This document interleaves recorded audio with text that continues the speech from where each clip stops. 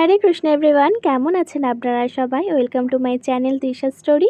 আজকে 26 তারিখ আর মধ্যরাত থেকে কিন্তু বৃষ্টি শুরু হয়েছে আর এখন ভোর 4টে বাজে, এখনো বৃষ্টি হয়ে যাচ্ছে। আজকে যাব হাওড়াতে, জানো তো। আমাদের এখান থেকে ফুল নেবো না, কারণ আমাদের এখানে প্রচুর দাম ফুলের, আমার অনেক ফুল লাগবে, তাই চলে যাচ্ছি হাওড়া। তো চলো যাওয়া যাক। যেটার ভয় পাচ্ছিলাম সেটাই হলো, যার কারণে ভোর 4টের সময় বার হলাম মঙ্গল আরতি সেরে তাড়াতাড়ি। ট্রেন মিস করে ফেলেছি, তাই একটু বেলা হয়ে গেছে। তো চলো যাই। এই যে হাওড়া চলে এসেছে, যদিও ফুল মার্কেট দেখতে পাচ্ছি না। ব্রিজের পাশ থেকে নেমে গিয়ে আমি জাস্ট অবাক হয়ে যাচ্ছি। আমি আগে করে একটু ফুল প্রেমী, সেটা যারা আমার ভিডিও ফলো করে তারা হয়তো জানবে, বা যারা আমার খুব কাছে তারা সবাই জানবে। সুতরাং এই ফুলের বাগান অর্থাৎ ফুলের জায়গায় নিয়ে আসাটা মানে আমি একটুখানি বেশি টাফ হয়ে যায়, কোনটা ছেড়ে কোনটা নেব। যেমন আমি এখন সব গুলিয়ে ফেলছি যে কোনটা ছেড়ে আমি কোন ফুলটা নেব। এত সস্তা দাম তা বলার কথা না, কিন্তু একা গেলে ফুল কিনলে একটু লসই হবে, কারণ এখানে বান্ডেল ধরে খুবই কম পয়সায় বিক্রি হয়েছিল। এই গোলাপগুলো তো খুবই সুন্দর। তো চলো, কেনাকাটি হয়ে গেছে। ফুলের মার্কেট থেকে বেরোনোর পরেই না একটা খুব সুন্দর ঘাট আছে, একটা নয় অনেকগুলোই আছে। তো আমি চলে এসেছি সেই তারই মধ্যে যে কোনো একটি ঘাটে, আর যেখান থেকে হাওড়া ব্রিজটা এত সুন্দর লাগছে। মেঘলা ওয়েদারে কি দারুণ না?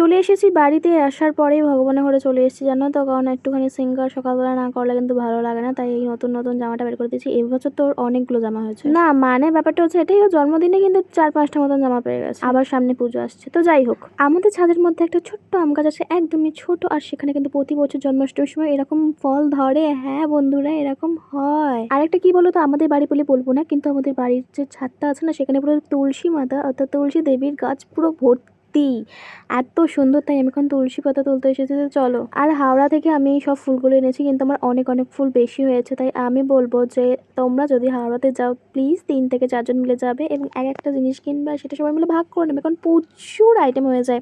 তো আমার অলমোস্ট সব কিছু সাজানো হয়ে এসেছে, কিন্তু আবার অনেক দিকে অনেক কাজ বাকি আছে। তো এটা আমার ফাইনাল লুক বলবো না, এটা জাস্ট দুপুরের সিঙ্গার, এবং ওর খুব সুন্দর সুন্দর কিছু ছবি তুলেছি, যেটা আমি ভিডিও লাস্টে শেয়ার করবো। তো ভিডিওটা কন্টিনিউ করো। প্রথমেই বলে রাখি, আমি আমার মতন জন্মাষ্টমী এখানে পালন করেছি। আমি জানি আমি অনেক কিছু করতে পারিনি, খুব ক্ষুদ্রতর আয়োজন করেছি, এবং আমি আমার মন থেকে যতটুকু এসেছি আমি ততটুকু করেছি। তবে যেটুকুই করেছি তোমাদের সাথে শেয়ার করার চেষ্টা করবো, কারণ আমি সকাল থেকে অনেক ব্যস্ত আছি আর অনেক ক্লিপই নিতে পারছি না, সবসময় ফোনটা কাছে রাখা হয়ে উঠছে না বন্ধু, এর জন্য আমি ক্ষমা চাচ্ছি। তবে আমি মেন পয়েন্টগুলো সবই তোমাদের সাথে শেয়ার করছি। যেমন সকালবেলা অনেক সেবা লাগানো হয়েছিল, সেগুলো তুলে নেওয়ার পর আমি এসে আবার একটুখানি ফল আর মিষ্টি দিলাম। আরে বল, তো এখন কিন্তু ঘুরতে 4:30 বেজে গেছে, আর আমি এখন ভগবানের জন্য রান্না সবে শুরু করেছি। ইচ্ছা আছে অনেকগুলো পদ করা, তবে জানি না কতদূর করে উঠতে পারবো। আপনাদের আশীর্বাদ থাকলে আমি অবশ্যই পারবো। তো রেসিপিগুলো তোমরা যদি জানতে চাও তো আমার নামটা মেনশন করে দিও, আমি অবশ্যই রেসিপি তোমাদেরকে বলতে পারি, কারণ আজকে অনেক ইউনিক কিছু করবো, সেটা নাম শুনলেই তোমরা বুঝতে পারবে।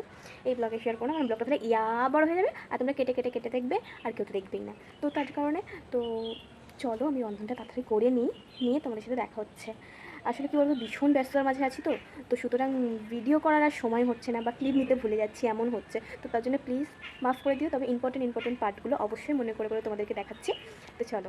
আমার সত্যি কোনো কিছু বলার নেই, কারণ সেদিনকে আমার ছিল এক্সাম, তার ওপর আমার কোচিংয়ে স্যার এক্সাম নিয়েছিল, তো আমি চলে এসেছিলাম পড়তে। আমি বোধহয় একমাত্র ব্যক্তি যে পরীক্ষা দিতে এসেছি, তাও আবার জন্মাষ্টমীর দিনে। এখানে ভয়েস দিতে পারিনি, কারণ আমি রাস্তা ছিলাম আর ভীষণ গাড়ির আওয়াজ হচ্ছিলো, তাই আমি আমার এখানে আলাদাভাবে ভয়েস ওভারটা দিতে হলো। রান্না করতে করতে আমি চলে এসেছি, হাফ হয়েছে হাফ হয়নি, এখন প্রচুর পথ বাকি আছে। তো আমি ভীষণ তাড়াহুড়ো করে সবার আগে এক্সাম দিয়ে বেরিয়ে পড়েছি স্যারকে বলে। গিয়ে মনে হয় ভিডিও করতে পারবো না, তো রান্নার শেষে দেখা হচ্ছে। বাড়ি এসে আমার যা অবস্থা হয়েছে, আমি একটু ক্লিপ নিতে পারিনি, কারণ এখন ঘড়িতে বেজে গেছে 11টা 10। আমি যা তাড়াহুড়ো করছি একমাত্র ভগবান আর আমি জানি। আর সবাই তো বলছিল যে 12টা কি 1টা বেজে যাবে রান্না করতে করতে, কিন্তু আমার বিশ্বাস ছিল ভগবান আছে আর সেটা হবে না। তো আমি এখন পোলাওটা করছি, ফার্স্ট টাইম পোলাও করছি। পোলাওয়ে যদিও জলের পরিমাণটা ঠিক মতন দিতে হয়, তাই আমি একটু বড়দের সাহায্য নিয়েছি। আর এখন আমি কিন্তু এইটা লাস্ট পথ ছিল, তো আমি এখন স্নান টান করে আবার তিলক ধারণ করে নিই, এখন চলে যাবো ওপরে অভিষেকে সবকিছু গোছাতে। সময়টা যে কিভাবে কাটছে আমি কিছুতেই বুঝতে পারছি না। এখন 12:15 বাজে, আমি 10 মিনিটের মধ্যে কিভাবে গোছাবো সেটা বুঝতে পারছি না। আমার ভগবানের প্রতি দৃঢ়তা বিশ্বাস আছে, আমি জানি আমি সবকিছু গুছিয়ে ঠিকঠাক করে নিতে পারবো। তো চলো দেখা যায় অভিষেকে কি গোছাই। আমি আবারও বলছি, হয়তো মন্দিরের মধ্যে করা আমার পক্ষে সম্ভব নয়, তবে আমি চেষ্টা করেছি এবং আমার সামর্থ্য অনুযায়ী আমি অভিষেকটা করার চেষ্টা করছি। প্রথমেই জলের মধ্যে অগরু, গোলাপ জল, আতর আর চন্দন দিয়ে দেবো, আর একটু ফুল আর তুলসীপত্র।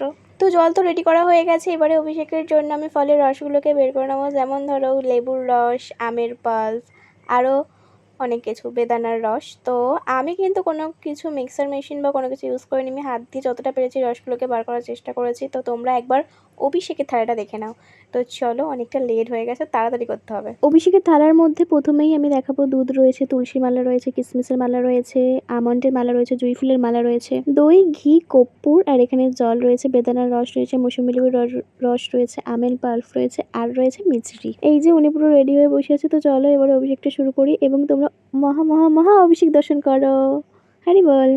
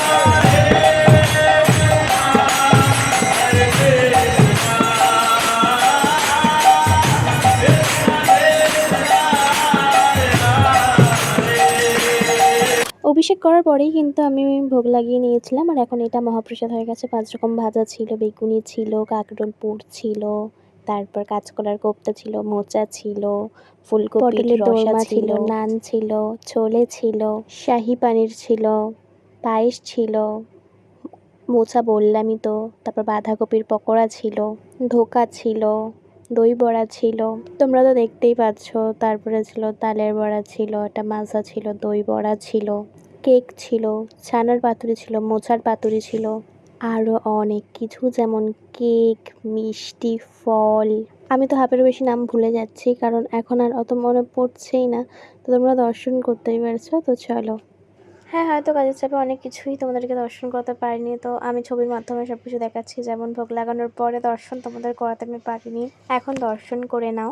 মাঝখানেতে জব করার সময় ছিল, তো জব করলাম, আবার অনেক কিছু করতে করতে অনেক কিছুই তোমাদেরকে দর্শন করাতে পারিনি। তো আমার সামর্থ্য অনুযায়ী আমি যেটুকু পেরেছি করেছি এবং তোমাদেরকে দর্শন করানোর চেষ্টা করেছি।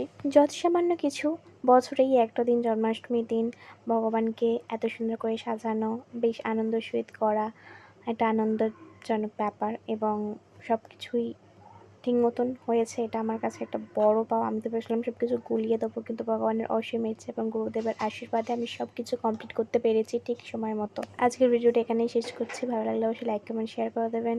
পাশে থাকা বেল আইকনটি অবশ্যই ক্লিক করে রাখবেন। হরে কৃষ্ণা, হরি বল।